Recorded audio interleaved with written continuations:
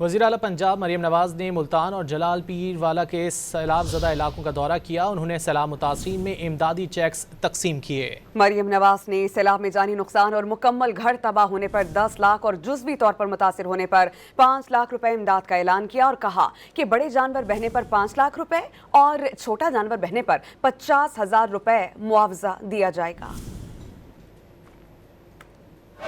दुख की घड़ी में, आपकी मुश्किल की घड़ी में आपकी बहन, आपकी बेटी मरियम नवाज शरीफ आपके साथ खड़ी है। स्पेशल पैकेज अनाउंस करके जा रही हूँ, जिसका खुदा न खास्ता कोई जैसे उस दिन कश्ती होती थी जो जानी नुकसान हुए, 10 लाख रुपया हम देंगे उसका। जिसका घर गिरा है उसको भी 10 लाख रुपया मिलेगा और जिसका एक कमरा 2 कमरा गिरा है, आधा घर गिरा है, उसको 5 लाख रुपया मिलेगा।